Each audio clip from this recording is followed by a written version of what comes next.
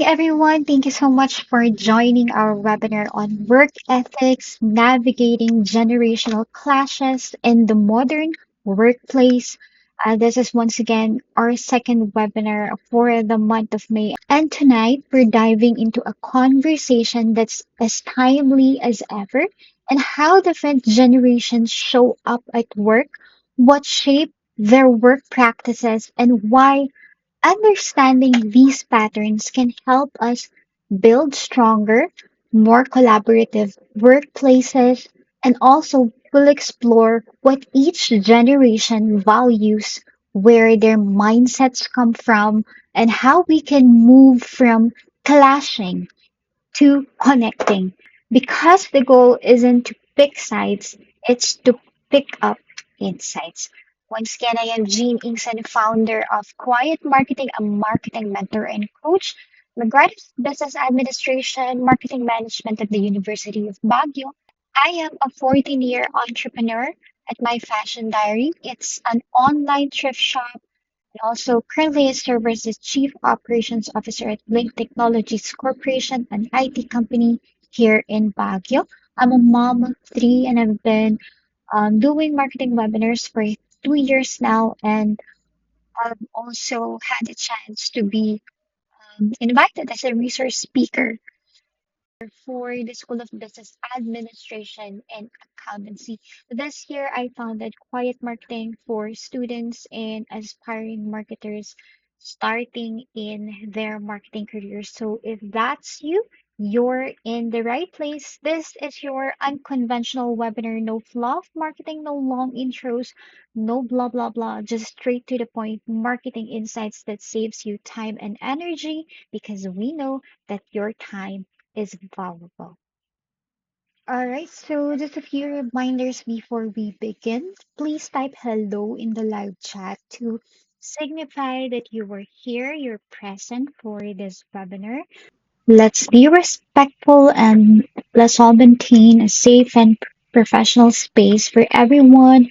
Feel free to ask your questions as early as now so I can address it later on in the live chat as well. And you can shout out your friends and your school as well. And at the end of the webinar, please say your goodbyes before you leave. And your e-certificates will follow shortly, especially for those who are actively engaging in our live chat. We appreciate you for being here, so make sure that you let us know that you're here. All right. All right. So let's go down memory lane and let's take a look at the evolution of generations, what shaped their lives, how they work, and how they think the way they do. Understanding where each generation is coming from, we can stop the friction and start building better teamwork. And the goal here is to help everyone see the value each age group brings and how we can work better together by combining our strengths. So first is, as you can see, we have the three generations. We have the lost generation, great generation, and silent generation. So first is we're going to talk about the generations before boomers and Gen X, millennials to Gen Z. Siyempre, yung mga lost generation, silent generation, ito yung mga 19 kopong-kopong na tinatawag. And I'm sure they're not in the workplace anymore, but it's also important to see how the evolution of generations come to evolve. And so, syempre, the reason we're diving deep into generational evolution is because we want to understand the behinds of the different work styles and work ethics of each generation. Looking back, dito natin mauunawaan what shaped their values, their traits, and what they believe or what they stand for. So, just a quick glimpse ito of the past. to present. Okay? So, kapag ka pinanganak ka daw sa lost generation, you're celebrating your birthday sa putik, where missiles are flying across your head. This is the era of nightmare, and of course, World War One is in full swing. Everybody experienced trauma, death, and 8.5 million lives lost during this generation, and also 21 million went home with irreparable injuries, bali ang binte, nabulag, naputulan ng kamay, ng braso, ng paa, and war shock as well, you name it. So, hindi pa natuwa ang kapalaran sa kanila. During 1918, nagkaroon pa ng Spanish flu pandemic. So, which killed over 50 million, imagine. And all of this was just the beginnings of the Great Depression. And there were high rates of unemployment, poverty. It's a general sense of hopelessness. And hindi ibig sabihin na lost generation, kaya tinawag silang lost generation, hindi nila mahanap yung bahay nila pa uwi. But everything they went through, lost was the only perfect way to describe them. So, but there's also good din naman that came out of these lives, significant contributions like Albert Einstein, which he developed the theory of relativity, Alexander Fleming, who discovered penicillin, and ipinanganak sila during this generation. And then came, of course, the Great Generation naman. Uh, During this time, they're trying to make sense of what is left of the World War One. And dito na talaga nangyari yung Great Depression. So kung akala natin worse na yung mga events na nararanasan natin ngayon, mas malala pa noong old generations, no? So stock market crash during this generation, unemployment rate was as high and people were unemployed, and that led to losing their savings, their homes, and there was a widespread poverty. And hindi lang hopelessness, homelessness na rin because they need to, sell their houses dahil nga sa kahirapan. And they've lost all their savings. And syempre, hindi pa nagtatapos. Bumabangon pa lang sila mula sa devastation ng World War One just when they thought life couldn't get any more depressing. World War II happened. And yung mga kalalakihan na naman, kailangan na namang sumabak sa gera. And this particular war was way worse than the previous one and claimed the lives of over 60 million people. And till today, it is known in history as the deadliest international conflict ever known to mankind. And this was also the period where the Nazis decided they were superior beings and killed over 10 million Jews during the Holocaust. And of course, we have Silent Generation. This is from the year 1928 to 1945. So they grew up in the after effects of World War II and Great Depression.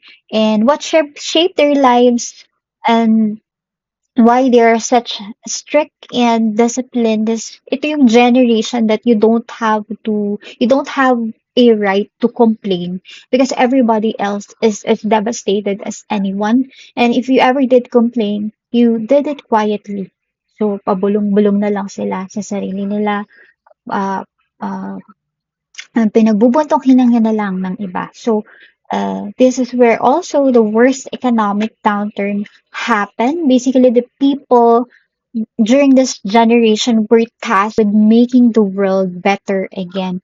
And they didn't get to experience childhood to the fullest. Hindi nila pinoproblema yung, oh, it's 9:30 or it's 9 o'clock, it's recess time. Instead, yung makatanggap sila ng rasyon or makapila sila. Ano ba yung rasyon? Hindi na at alam ng generations ngayon yung term na rasyon. So rasyon is in our term today, it's relief goods, and they had to grow up fast to learn and to take responsibility. Be frugal, and you have to work hard out of necessity for survival. So this is why most people from this generation are super hardworking, they're strict, and they're very old fashioned. They were called the silent generation, not because they were mute, but because they were modest and they didn't whine or complain about anything. Siyempre, hindi mawawala ang baby boomers, Gen X, millennials, and of course, Gen Z. So, baby boomers because of after the World War II, ito na yung umuwi yung mga kalalakihan, and of course, boomers because of unprecedented number of births, busy hospitals, and they took the passage from the Bible where God said, "Go forth and multiply." So, medyo na sobrahan ata nila. So, nurseries were full, and dito na rin yung rise of rock and roll and Elvis Presley. So, Um, Elvis Presley was shaking things up on TV. Ito yung pinakaunang TikTok challenges ngayon eh. Originally talaga si Elvis Presley ang original TikTok master. So one thing that sets boomers apart is their optimism. They grew up believing that they could change the world in so many ways. They did. They did question authority. They protested the Vietnam War, and they were at the forefront of women's liberation movement and fought for civil rights. They were like the superheroes of social change. Okay? So, ano pa bang sabi dyan? And also we have Gen X. So naman ang this is the greatest trait of this generation was their independence. They're often called the latchkey kids because many of them came home to empty houses after school because both of their parents were busy working, and this led to a generation that is self-reliant sila and adaptable. And these guys entered the workforce during an economic downturn, and they are known for their resourcefulness and resilience. They witnessed the rise of the corporate ladder, but we're also the first to truly embrace. Dito talaga nabuo first na unang-unang nabuo ang concept of work-life balance. And this generation said, wait a minute, there's more to life than just work. So kasi during the boomers, they're more focused on loyalty. Dedication means loyalty. Yun ang sa mga boomers. So also dito sa Gen X actually din na buo ang konsepto ng uh, casual Fridays and telecommuting where you work wherever you are. So and sila talaga yung mga original side hustlers, which is equivalent na ngayon ng yung ng gig economy. So, juggling multiple jobs and gigs, this generation gave us men like Bill Gates, who's the co-founder of Microsoft, Steve Jobs, co-founder of Apple, and Jeff Bezos, the founder of Amazon. Okay? And siyempre, millennials. Kasi ako ay millennial, okay? So, from 1981 to 1996, aka the Generation Y, pero tinawag ng millennials because ito na yung generation ng year 2000 then. AKA, we're also called the digital natives because we're born during the rise of internet, smartphones, and social media. We're actually the masters of adaptability, highly educated because parents often encourage millennials to enter college. Sabi din nila na isinisisa din sa millennials yung pagkamatay ng housing market because ang mga millennials, they were not focused on buying a house, but they're more interested in collecting experiences than possessions, which explains why my Instagram feeds are full of travel photos and not pictures of lawns they've mowed. Alam mo yon. So, there's millennials and syempre, ang Gen Z, which comprise of uh, the workplace na rin today. Because imagine this is a generation who grew up literally with smartphones in their cribs and Wi-Fi in their playpens, diba? Known as these are Gen Zs from 1997 to 2012. So this generation is the original digital gurus ang tawag sa kanila. And they have created and seen more memes than any other generation. If you are a Gen Z, then you can probably communicate more effectively in emojis than in words.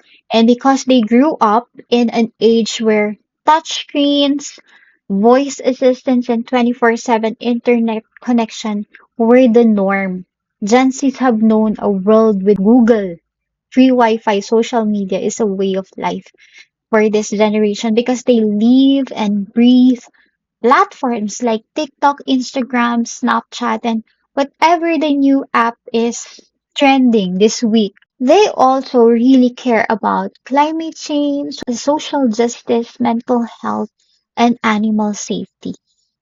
Okay, so what is the message in knowing all of this? We've unpacked the history and stories behind each generation.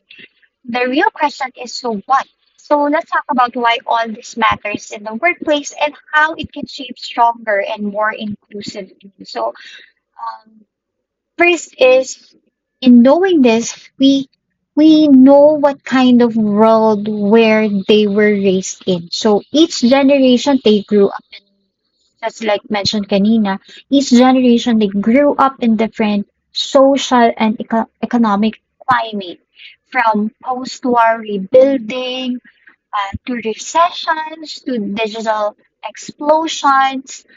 Um, these conditions shape how they view opportunity, security, and of course ambition. Sa mga boomers, they value stability because of the scarcity growing up. And while Gen Z naman, they prioritize purpose and flexibility because they live in a world of rapid change.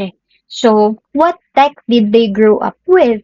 Technology defines how each generation communicates and solve problems. So, ang mga boomers saw the rise of televisions and landlines.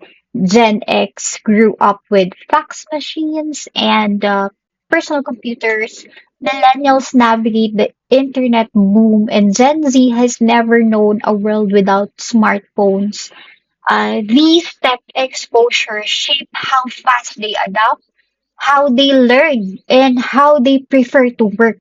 So, yan ang mga isang reasons din kung bakit they are the way they are at work. So, what events shape their beliefs about work, trust, and successes?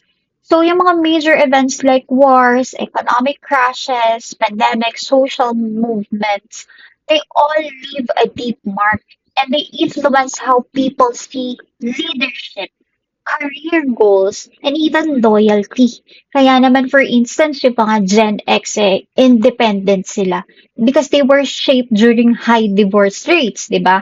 Yung mga millennials naman, uh, they have mistrust in institutions because of the financial crisis they've encountered during their time.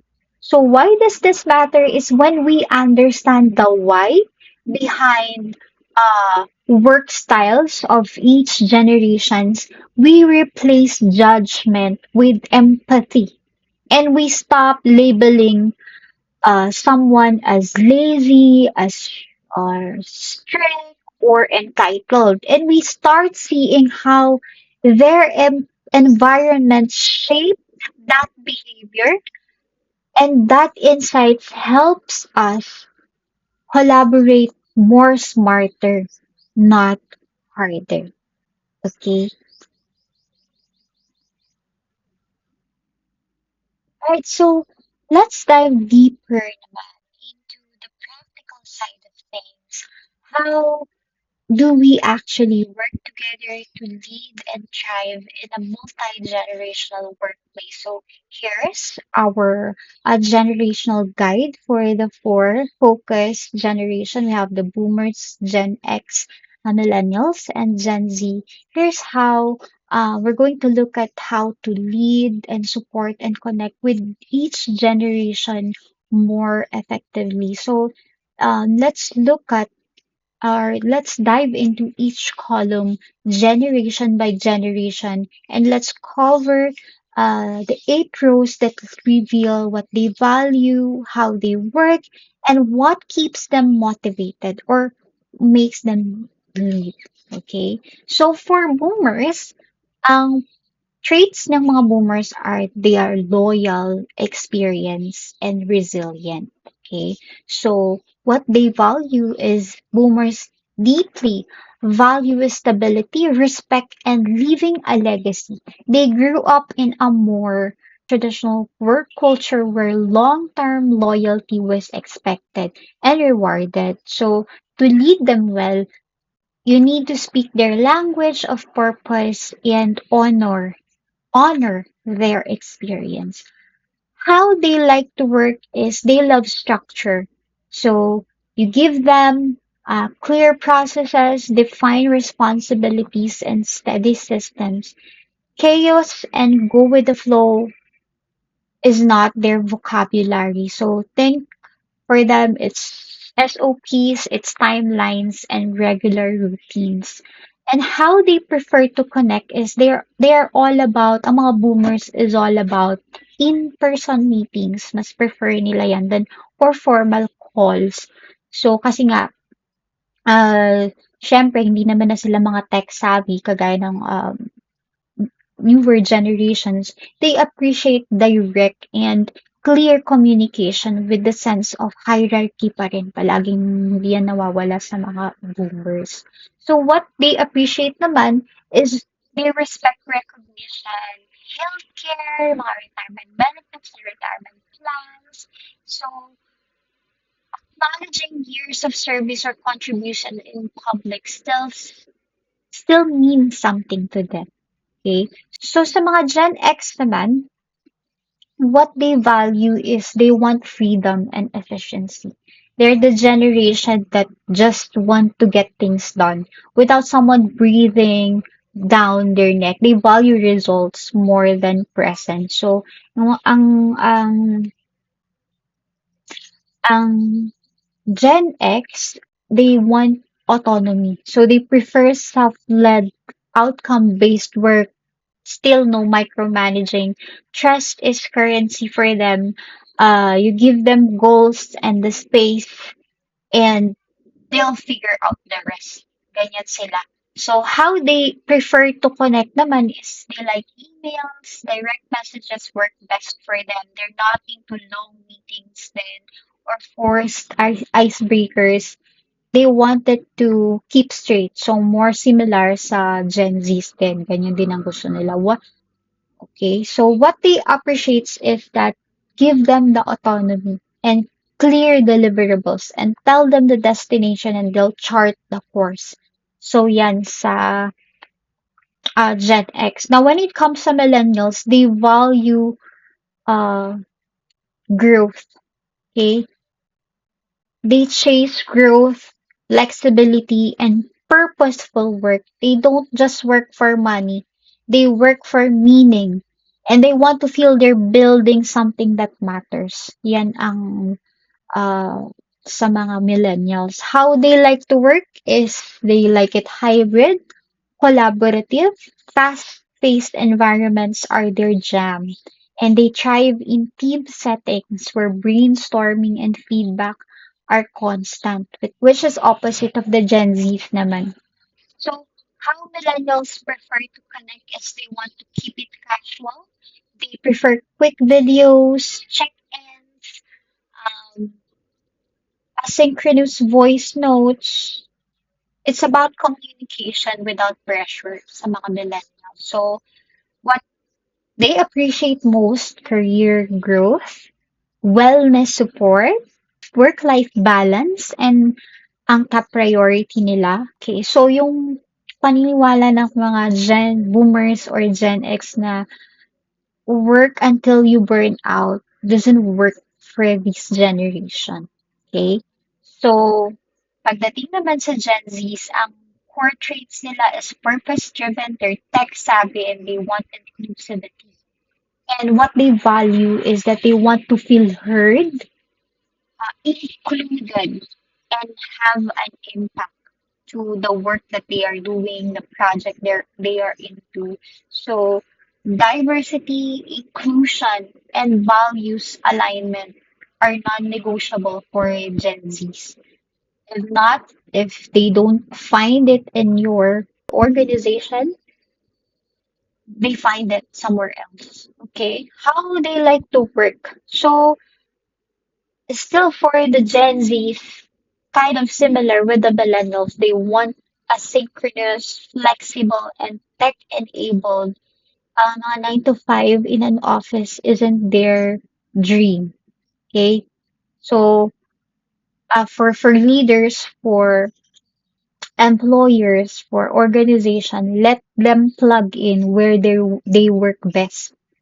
So as leaders, also we need to recognize these work styles of different generations so that we can align and still achieve our goals as an organization.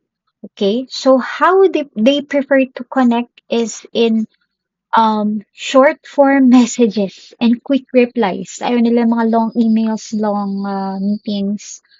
Uh, so they like direct messages, voice memos, or even quick comments, and yes, no long meetings for them. Kasi nga, di ba yung generation natin ngayon ay they have, short attention span. What they appreciate most is that they love mental health support, diversity, equity, and inclusivity initiatives and flexibility. They want to bring their full selves to work. So, as an organization, we need to recognize that we need to come up with programs that will help our Gen Z workforce thrive in their work environment. Okay? Okay, so pagdating sa boomers, how they want feedback ay mga boomers, they preferred scheduled reviews with a respectful tone, no sudden criticisms in front of the team, which also still works until today. So you need to time your feedback for them and you deliver it with care. What motivates them is that they stay when they feel respected and know that their work has lasting value. And job security matters. Don't overlook their need to feel relevant. Okay? Now, what breaks boomers' trust? If they're micromanaged or sidelined. So similar in still in today's generation because they'll shut down if you do. Don't treat them as outdated. Ayaw nila yun. Include them and highlight their wisdom. Gustong-gusto nila yan. So, we also give how to support them best is to give clear direction. Acknowledge their experiences. Gustong-gusto nila yan. And invite them into strategic conversation, not just execution. I don't know if you guys are into sa mga professionals na join for this webinar. I don't know if you're working into a multi-generational teams, but understanding these work styles is crucial, of course, for us to understand why they work the way they do. Okay, so for Gen X, how they want feedback is keep it clear, result focused, and tied to goals. So gusto nila straightforward, no long, winding speeches. Just here's what worked, here's what didn't. Ganon ang gusto nila. So what breaks their hearts? Slow processes and red tape are their enemy. Ayaw na ayaw ng mga Gen X yan. So don't overload them with bureaucracy. Keep it clean para sa kanila. So how to support Gen X. Okay, let them lead how they work. So kasi kagaya nga kanina ng nabanggit ko, they like autonomy. So give them the freedom to move, space to create, and trust them with the outcome because that's how they thrive, that's how they perform better.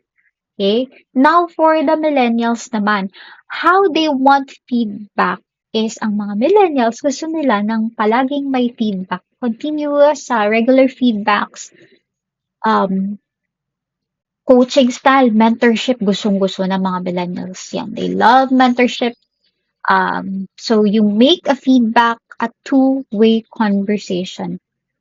Ayaw naman nila ng lecture. So it's more of a mentorship mentee relationship. So what motivates millennials to stay is offer progress, trainings, and mga challenges. Gustong-gusto nila yan. They're not afraid of hard work. They just need to see the ladder. So, mahalaga yan sa mga millennials. What breaks millennials' trust is when there's no feedback or growth path.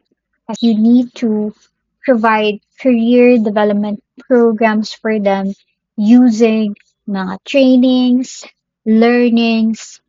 They're not afraid of hard work. They just need to see the ladder as mentioned ko kanina. Yun talaga eh. Gusto nila na ma-promote, pa-promote, ganyan. So, when there's no feedback or growth path, they're out. Yan ang what breaks their heart, their trust. And also stagnation. It kills their motivation. So, how do you support them best is be transparent to them, coach consistently, and show a growth map. Okay? Support their vision and career trajectory. Okay? So, when it comes to Gen Z, how they want feedback, since gaya ng sabi natin kanina, short attention span, mga generations today, you make it quick, you make it real time, and easy to process. Be clear, constructive, and don't sugarcoat it. Okay? What motivates Gen Zs to stay is when they feel safe, when they're free to contribute, and the environment has to be psychologically safe. Yan ang isang unang mga tinitingnan ng mga Gen Z sa isang work environment. Okay? So what breaks their trust is yung mga rigid structures, rules, and being overlooked are the fastest way to lose them. They want to be part of the conversation, not just an afterthought. Okay, so how do you support Gen Zs? You create a space where they can speak up, ask questions, and collaborate. They crave inclusion, not hierarchy. Sa mga older generation, they want a chain of commands hierarchy. They're not all about that. Work styles aren't about being different for the sake of it. Okay? They're shaped by the unique events, technologies, and societal norms that influence each era. And yung mga nabanggit natin kanina, from post-war rebuilding to the digital revolution, every generation brings valuable context as to how and why they work the way they do. These practices weren't just chosen randomly. They were responses to the world that they grew up in. Rather than chasing and labeling one way as better than another. Oh, mas magaling kami mga millennials sa mga Gen Z mahihina. Instead of doing that, we can choose to observe and learn and adapt, picking what works, discarding what doesn't, and building shared practices. We turn diversity into strength and not division. Generational clashes. Sabi ng mga generation, bakit ganito itong mga boomers na ang stricto, ang hirap pasayahin, and more, they have all the right reasons kasi nga, gaya ng mga nabanggit natin. Instead of the blame shifting, ba't ganito ka, ba't ganitong generation na to, ba't ganitong generation na yan, let's work on a strategic collaboration of the multi-generational minds. Yan ang, as a leader, kung ikaw ay isang leader or ikaw ay magiging isang executive, you want to be a part of the corporate ladder. You're going to manage people. Your role is to identify where one is good at. Then, if combined, it's a fascinating mix of minds. And, sometimes being strict doesn't mean naman na it's wrong. It could also mean balance. Hindi pwedeng lahat tayo kasi is happy-go-lucky. We still need a structure. Imagine nyo na lang kapag walang structure ang isang organization, saan sila pupulutin, di ba? Modern structure nga lang. So that's the job of leaders, is to create an environment where each generations are valued, recognized based on their work styles, and be flexible then as a leader and not be emotional. So when you look at it as differences, kasi I don't see it as differences kasi I see it more as a diverse work style. So you see it, why not see it, ganun pala yung generation yun. May mga matututunan at matututunan tayo from each generation. May mga takeaways pa rin tayo kahit pa paano. Doesn't mean na, boomers yung pangat ng generation. There are still old practices, gaya ng mga nabanggit kanina, there are similarities pa rin. So, there are old practices that are still being applied today, not because it is the norm, but because it is working. Meaning, may mga matututunan tayo sa bawat generation, hindi pwedeng wala. And minsan, pag sinabing matututunan, it's not. If it's negative, we can choose to be better and learn from it. If it's positive, then we continue to adapt it and improve it and make it even better. So, maganda na, may igaganda pa. In life, in work, so the key in life, especially in working with diverse people, multi-generational teams, is that instead of focusing on the negative, we cannot do anything about it if we complain. Okay, so let's be solution makers instead. It makes us move forward. Okay, so nung madalas natin naririnig sa mga kabataan ngayon, tumatanda na kasi yan, nagme-menopause na siya. Sabi niya sa mga instructor, mga teachers nila, you know what, darating din kayo sa time na yan. So, maghintay lang kayo, time is past. So, kayo rin naman ang sasabihan na, ito patanda na kasi yan, nagme-menopause na siya. Okay? So, kidding aside, punta na tayo dito sa ating next topic. After talking about all the generational breakdown of work styles and practices, let's move on naman where the wars emerged. Okay? So, with feedback and recognition, sa mga boomers, they see frequent feedback as unnecessary. While sa mga millennials and Gen Z, they expect it regularly. Okay? So, while each generations bring valuable experience perspectives to the workplace, tension often arises from deeply rooted practices shaped by their times. And these aren't just personal preferences. They are reflections of societal shifts, technologies, and upbringing. So here's where these wars most commonly spark across generations. So I have feedback and recognition when it comes to work hours and balance, when it also comes to communication styles, tech adoption, and authority and structure. So, sa feedback and recognition ng mga boomers, they may see frequent feedbacks as unnecessary. So, ang mga millennials naman and Gen Z, they expect it regularly. So, kapag ang employer is boomer, hindi sila masyadong nagbibigay ng ganong feedback sa mga millennials or the Gen Z workforce. But the millennials and Gen Z, they expect it. Kaya naman sa ating pinag-aaralan ngayon, sa mga ganitong trainings, these are learnings that not because matanda ka na or mas experience ka na, is mas maalam ka na. Kaya nga meron yung tinatawag na continuous learning, continuous improvement, self-development kasi ang learning doesn't stop.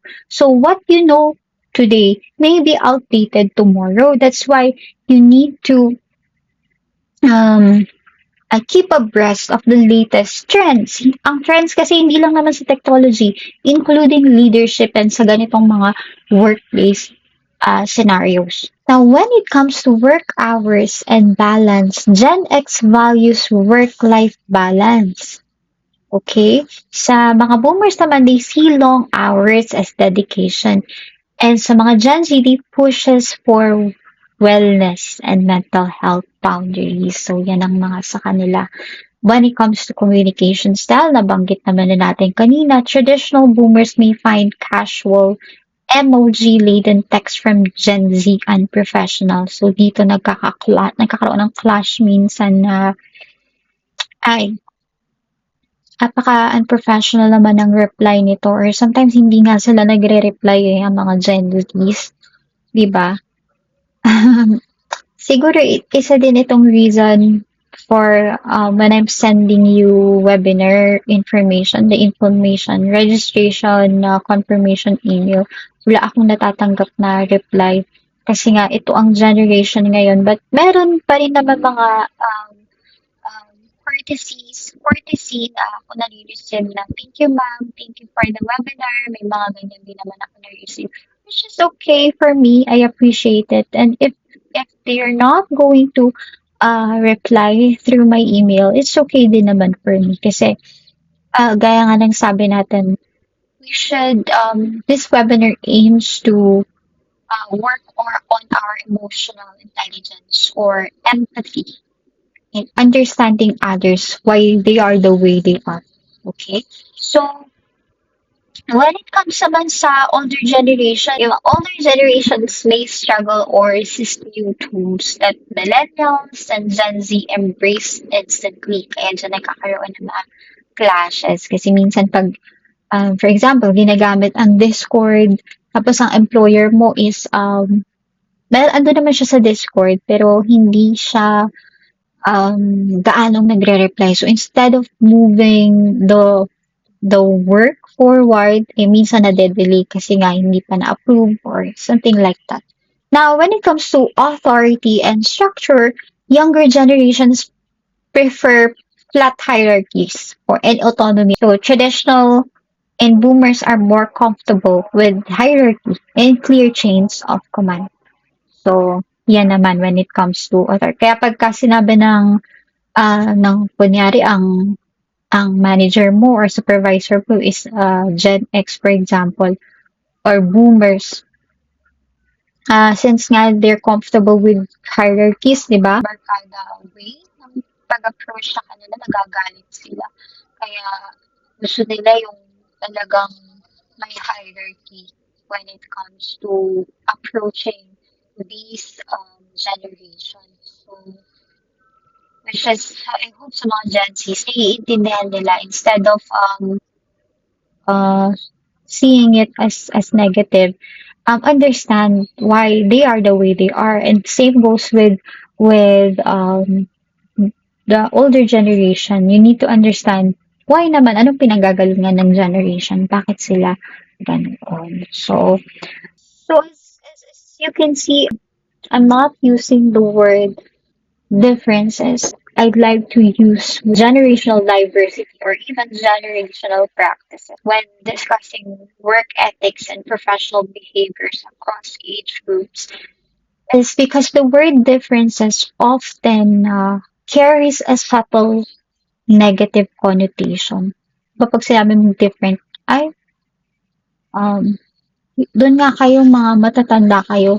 Dapat hiwalay ang FP ng mga matatanda, sabi nila.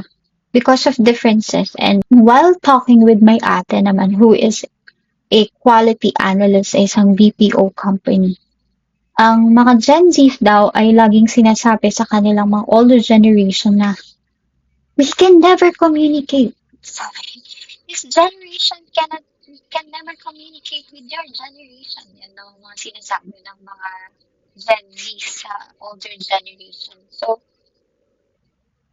when you say that we can never communicate, it implies separation, incompatibility, or even conflict. Kaya nga ang topic natin na work ethic wars.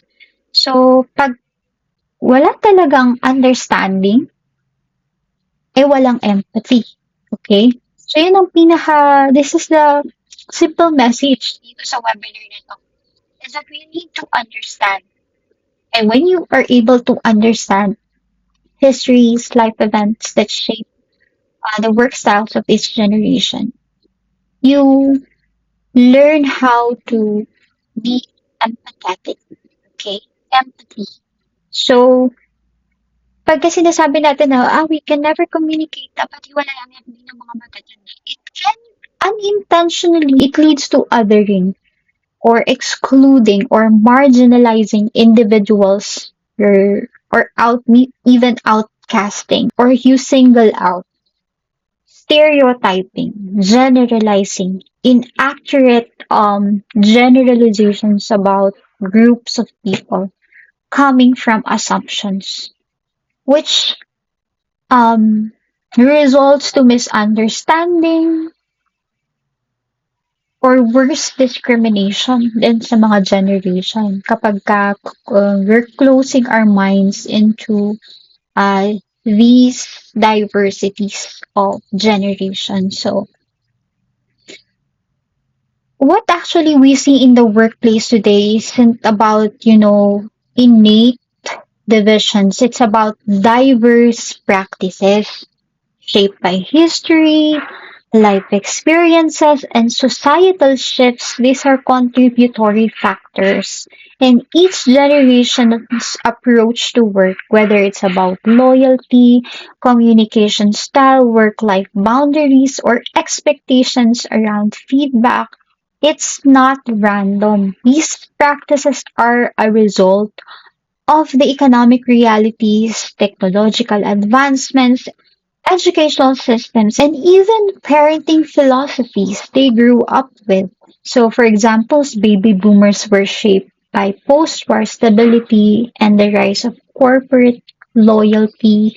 Millennials came of age during economic uncertainty and digital revolution. Gen Zs are entering the workforce in a hyper connected, algorithm driven world where autonomy and purpose are central to them. So when we recognize these as practices, not problems, we open the door to empathy, understanding, and stronger collaboration. It reframes the conversation from why are they like that to what shaped the way they work, and how can we bridge our styles meaningfully. This mindset doesn't just reduce friction, it creates a culture where every generation feels seen, valued, and empowered.